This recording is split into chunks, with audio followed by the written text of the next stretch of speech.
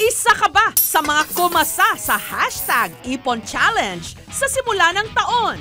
Ngayong patapos na ang 2019, magkano naman na kaya ang iyong naipon? Ang 6 na taong gulang na si Juris mula sa Isabela, nag-ipon sa kanyang piggy bank. Para sa panghanda ko sa 6th birthday. At nung buksan nila ito, nito lang nakaraang linggo, nagulat siya sa dami ng laman. Magkano kaya? Ang naka-impluwensya kay Juris na mag-impok ang kanyang mommy Joanne. Nung bata po ako, nag-iipon na po ako sa lalagyan po ng polvo. Sinabi ko kay Juris na mag-ipon siya para matuto siyang mag-ipon habang bata pa siya.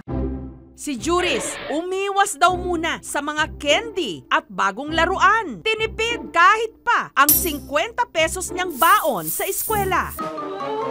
Hanggang nito lang November 7, sa kanyang 6th birthday, binuksan na ni Juris ang kanyang piggy bank. Di pa sana niya bubuksan. Kaya lang dito sa probinsya may pamahiin po tayo. Pag sinabi mong bubuksan, tas hindi mo pala bubuksan, parang may magkakasakit.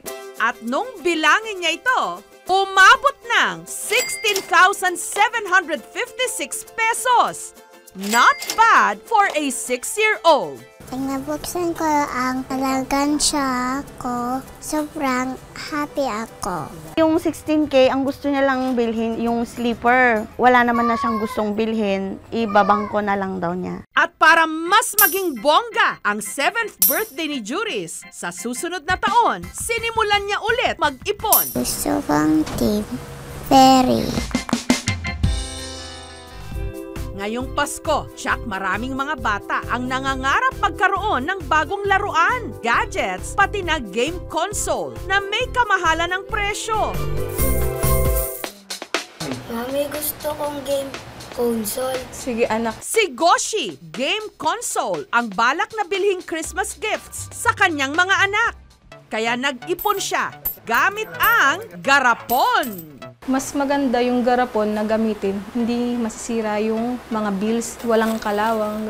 Ang naipon niya, katas ng kanyang online business. Kumikita ako ng weekly ng mga 10,000. Yung kalahati, hinuhulog ko doon sa garapon. The rest is panggastos. Nito lang Martes, binuksan na niya ang kanyang garapong alkansya. At ang kanyang naipon, umabot ng 21,000 pesos. Yung game console nga, na i-gift namin sa 3 bata para nga magkaroon sila ng libangan after ng school. Hindi lang sa cellphone, at least sa bahay lang sila, nakikita ko sila.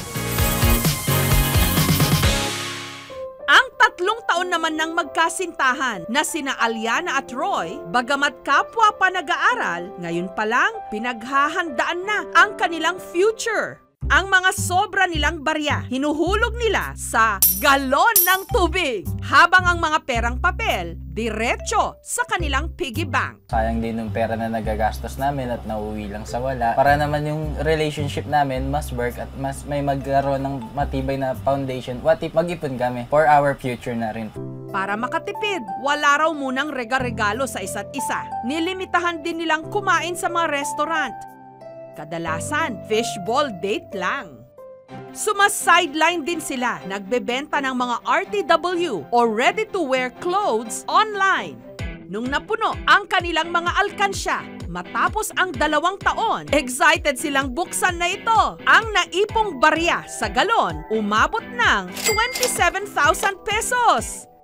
Habang ang perang papel, 25,000. Suma total, 52,000 pesos ang kanilang naipon. Ang sarap po sa pakiramdam na what more kung ipapagpatuloy namin yung pag-iipon namin. Baka mahawakan na namin yung first million namin. Ininvest nila para tumubo.